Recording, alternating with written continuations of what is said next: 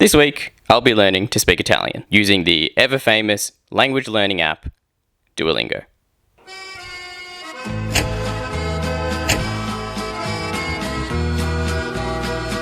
So, next week I'm heading to Italy for a week. By the way, I should specify that at the current time of speaking, recording, I'm heading to Italy tomorrow. Do I feel like I've achieved my goal? Maybe you'll get a good sense of it as you continue watching the video. Every day from today until next Monday. Hi, it's me from next Monday again. Every day I'm going to spend 2.5 hours learning Italian. But as you can see in the title, and as I mentioned earlier, I'm only going to be using Duolingo. If you don't know what Duolingo is, chances are you probably haven't tried to learn another language. Or you live in a country where the foreign language classes actually make sure you can speak the language. So why Italian? Well, not to state the obvious, but the trip is to Italy. But that's not all. I feel like this kind of challenge isn't that big of a commitment, and it should be pretty straightforward to document. A little bit of background. So I actually learned Italian in school from prep, which to those of you who aren't Australian, prep is like an introductory year into schooling. A year before grade 1. Anyway, I learned Italian through all of primary school. So prep through to grade 6. Then, by chance, my high school also taught Italian. However, they weren't connected. Year 7 wasn't a continuation of what I'd learned in grade 6, so it was basically like starting over again. So year 7 and year 8 in high school were pretty much my entire primary school worth of education condensed. So I didn't really learn anything new for my first couple years of high school. And year 9, just still didn't really learn anything new. Thanks, future me. So that's my background with Italian. Now, I was actually quite good with all the written work in Italian classes, an average mark of maybe 85% all throughout. But it's tough to learn a language when you don't use it. While I do know how to say how old I am, ho 29 anni. I also know that if someone came up to me and asked in Italian, how old am I? I'd freak out at these foreign words being spoken to me and I'd probably fumble the answer. Now, not that Duolingo is going to help me use Italian anymore. Questa è una pizzeria italiana. But I've also never studied a language daily. I had one Italian class a week in primary school, and in high school it was about 2 hours of Italian per week. For this challenge, I already explained earlier, I'm going to spend 2.5 hours only going to be using Duolingo. Okay, I think that's about enough for an intro. Let's get into my Italian classes.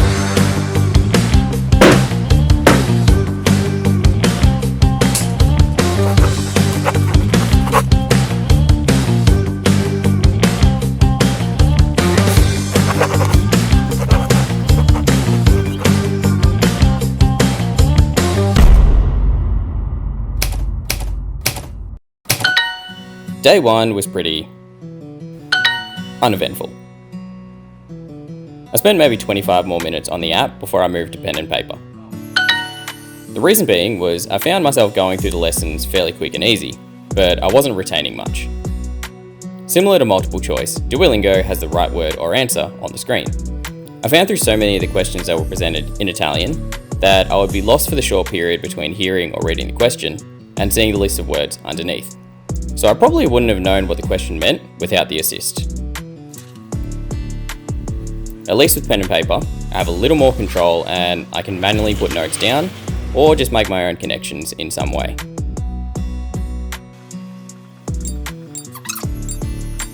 But that just about wraps up day 1. Let's now jump into day 2.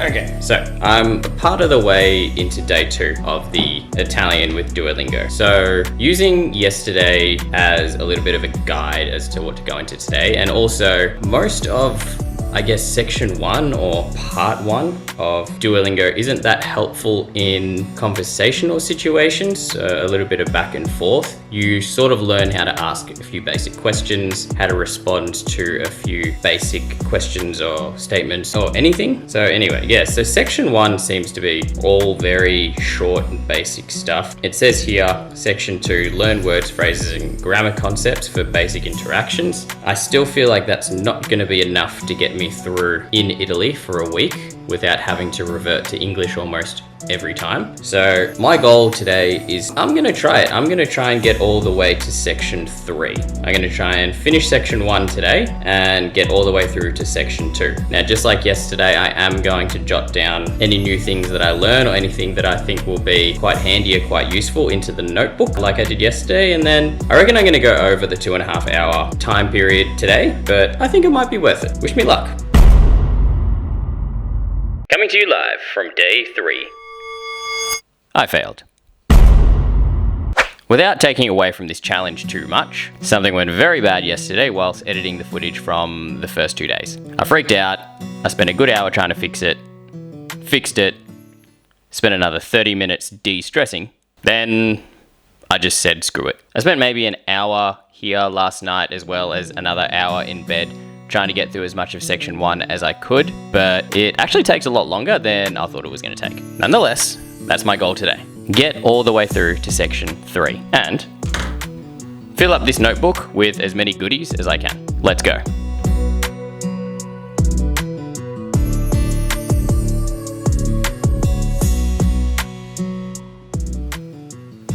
Now, I knew I was going to be in for a long one, so what better way to be prepared than have a huge glass of Rauch iced tea. And no, this video is not sponsored, sadly. I progressed pretty far in the first hour, but realized I wasn't retaining enough. I wasn't able to recall a lot of simple words because I was more concerned with finishing the section than actually learning the language. I soon pivoted though and got my mental game together. So I'm about an hour in now, and I've still got like 3.5 sections left to go to finish section 1. So yes, it's taking a lot longer than anticipated. I do feel like I'm learning a little bit more though. I've come up with a little mental trick to retain a little bit more, paired with jotting down some notes while I'm doing the lessons. So I'm doing the lessons a little bit slower now, but I feel like I'm getting a little bit more out of them. Also, one main thing that's slowing me down are these stupid ads that keep on playing every time I finish a lesson. Every ad's at least 30 to 45 seconds long, so I finish a lesson in about 1.5 to 2.5 minutes, then I have to wait pretty much another minute before I can start the next lesson. Anyway, rant over, let's continue. No joke though, these ads were a massive pain. It's always at least one ad, sometimes 2, and each ad is, like I said, 30 to 45 seconds long. At a certain point, I was seriously considering. At this point, I'm wondering if it's worth it to just pay for Super Duolingo. At least that way I won't have to deal with all these ads. Now, I don't want to sound like I'm complaining about the app too much, but it definitely had a few bugs. Take this one for example. Io lavoro a Milano.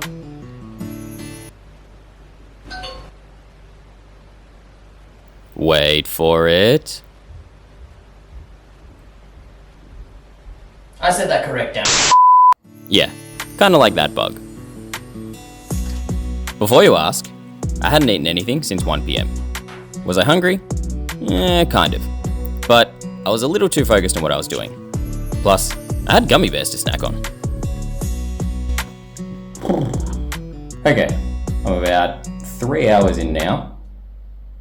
Yeah, about 3 hours in. It is getting easier. To give an update on how I feel about Italian right now, I would describe it as I'm starting to recognize most things, but I'm struggling to know most things. So when the questions pop up, sort of like in the story section, when you're doing a story type lesson, when I'm reading it, I recognize all the words and I can sort of put together what the words mean. But the last story lesson that I did, I decided not to look at the screen. So I would press next and then I would look away and I would listen to it. And yeah, obviously Italians naturally speak pretty quick. So even in Duolingo, when the speech is slowed down to something a little bit more manageable, I not registering the words, or I'm not recalling the words when they're said fast enough. So I've had to replay the speeches or the sentences or the questions or whatever is happening in the story. I've had to replay them a few times, and even then, some of the words blend together so seamlessly that I wasn't aware what words that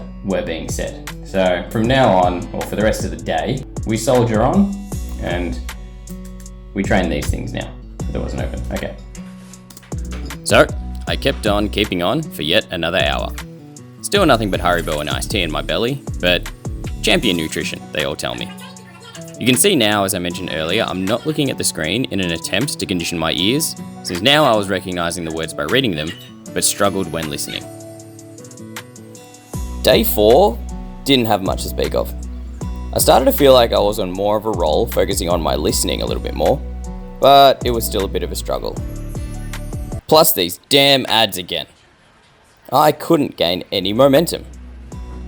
Also, it was quite hot in the room I was in, so I continued the rest of the day in the kitchen. After a couple of hours, I finally did it.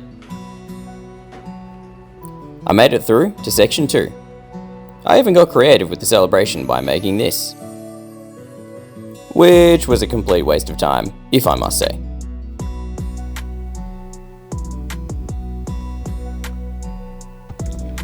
Okay, quick check-in, very late on day 5. Almost ticking over to day 6. As we saw yesterday, it's going to be near impossible to get all the way through to section 3 by Monday. It took me all up around 2 days to finish section 1, and that was only 10 units. Section 2 has 27. Madness. But I found a little trick. Well, more of a cop-out. To give an update on how I'm feeling about my Italian, I reckon I could pretty decently survive among Italians. If the only way of communicating was via text message, I need to step up and progress. While thinking this, I remembered something. In the app, you can skip over units. If you choose to do this, you need to complete an exercise that isn't quite as spoon-fed as all the regular exercises. You can't press on a word and have it translated to English, for example. Don't get me wrong. It is still Duolingo level language learning, but it helps me progress to the more advanced stuff a little bit faster and challenges me a little bit more. So maybe section 3 is still on. If you're wondering why the rush, my thinking is that section 3 has a more survivable level of Italian worth learning. Duolingo essentially just crams the same crap in your head over and over again, and I can't see section 1 or 2 really being worth anything. At least in section 3, maybe what's in there is a little bit more worth cramming in this noggin of mine. It has to be 100 times more useful than "Questa è una pizzeria italiana." So, here I go. Here I am on day 6. With less than 48 hours left in this challenge, my skipping over units tactic is progressing me through to section 3 relatively quick. But upon further investigation, and by that I mean accidentally pressing through to here, it appears that section 3 won't really mean anything in the grand scheme of things, because it would still classify me as an A1 level speaker, which is like bad. So the new plan, I'm going to pivot and switch gears and change the plan up a little bit. I'm still going to try and get through to section 3 playing the skip over game, or maybe I should just jump all the way to here instead of skipping over one unit at a time. Could be the go. Plan, get through to section 3. Then I'm going to go nuts in this notebook, creating from all the crap that's already in it, something or many useful somethings. Then hopefully there'll be 24 hours left to do something useful with those useful somethings. Let's shove all of A1 Italian into my brain. So, that's enough wasting time. Let's go.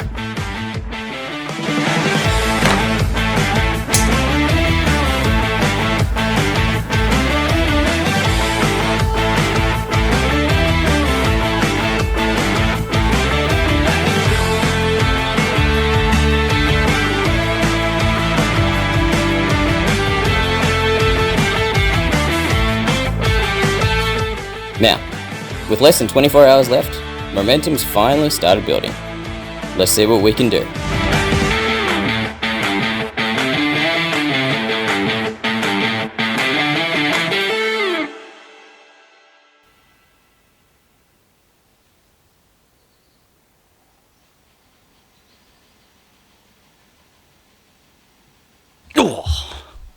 Well, here we are. Italia arriviamo. Sono pronto a parlare come un madrelingua. I'm really not. Let's debrief. So today is day 8 of the challenge, which means that all of my learning concluded yesterday, and from now on, I can do what I want. I can use Google Translate now. My notebook has been much more helpful than Duolingo, and I'll explain why. This part of the video will be for those of you who want to learn another language and are wondering if Duolingo is helpful. To keep it short, yes, Duolingo is helpful, but it's honestly not going to teach you to speak another language. Even if you challenge and handicap yourself to force a little bit more learning in the ways that I did, it's just not the tool to help you learn to speak another language. However, it is helpful. I honestly probably could get around just by reading everything. Reading the items on a menu, reading street signs, reading stuff in museums, just reading. My comprehension of Italian, much like it was when I was in school, is quite good, but only when it comes to reading and writing. Speaking and listening is something else. As I said in one of the days, some of the words blend together as if they're one word when you listen to them. And in those moments, I was running through the catalogue of words that I knew in my head, and I didn't know what they were. So I'd replay or repeat the word again. Then I'd submit my answer and get it wrong. And then when it would say in text what the phrase actually was, I'd see what the words actually were, and then I'd be thinking to myself, oh, for Reading it, I knew what actual words were said, and I knew what they meant. But listening to it, I had no clue. Still now, after 4 days of pretty much mostly listening on Duolingo, I still can't comprehend over half of the longer words. And then there's the speaking aspect. Duolingo spoon feeds you very short and very basic phrases as you're doing the exercises, and a lot of them don't really have any context. So all the exercises are part of themed units, like ordering at a restaurant, for example. So it'll give you a phrase to say like, vorrei la pasta, per favore, which is fine. It's simple, it'll get you by. But if the waitress comes up to you and asks, qualcosa da bere, and you respond with, vorrei la pasta, per favore, they'll probably think something like, sei un turista stupido.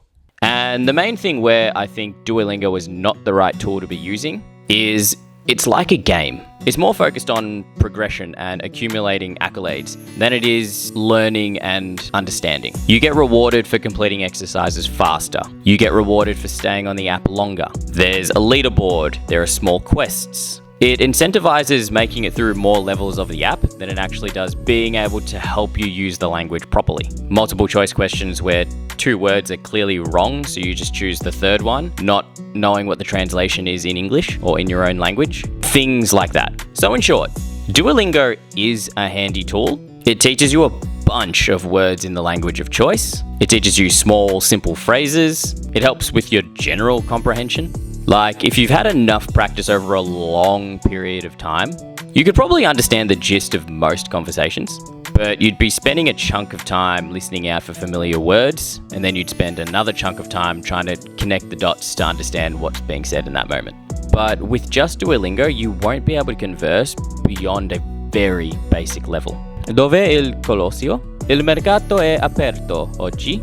Scusa, il Papa è cattolico? Now, on to why my notebook was more useful. The notebook was more helpful because I was able to personalize my learning. With Duolingo being my only source of learning in this challenge, I needed to be able to filter through all the junk mixed in with some of the goodies.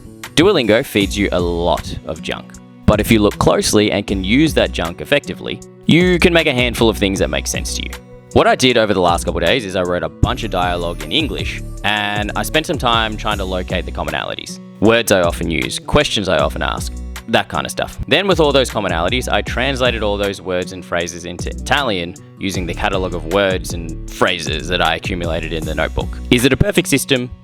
No. Most of the time, I wasn't sure if I was actually translating them correctly, but at least this way, I know what's sticking in my head is stuff that I'll actually use, even without a perfect translation. And now that the challenge is over, I can use Google Translate to try and iron out as many of the mistakes as I can. So now I have about a day to learn these things properly. So, conclusion, I do believe it's possible to learn a new language in a week, not to achieve fluency of any kind, but to be able to learn enough to get by. and to some degree have more than just a bare minimum caveman-like conversation. But the learning does need to be personalized. If you're traveling to a country for a short holiday, there is zero reason for you to be learning how to discuss paperwork, like in this section of Duolingo.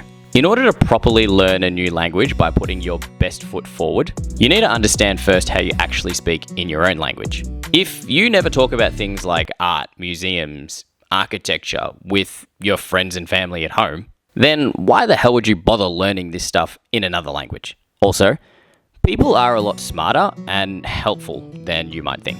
If you say something wrong, like maybe not use the correct gender for a certain word, they'll still understand you. It's not like you might say la mercato and the Italians would be lost and have absolutely no clue what you just said. They'll know. They might correct you and say il mercato, or they'll just leave it. So not being perfect is completely okay. Anyway, that's enough from me. Thank you guys for watching. I do hope you enjoyed this video. This video took a lot out of me, so it might be a while before I make another one of this quality. But nonetheless, please leave a like and maybe subscribe to the channel. I'll catch you all next time. Wish me luck in Italy.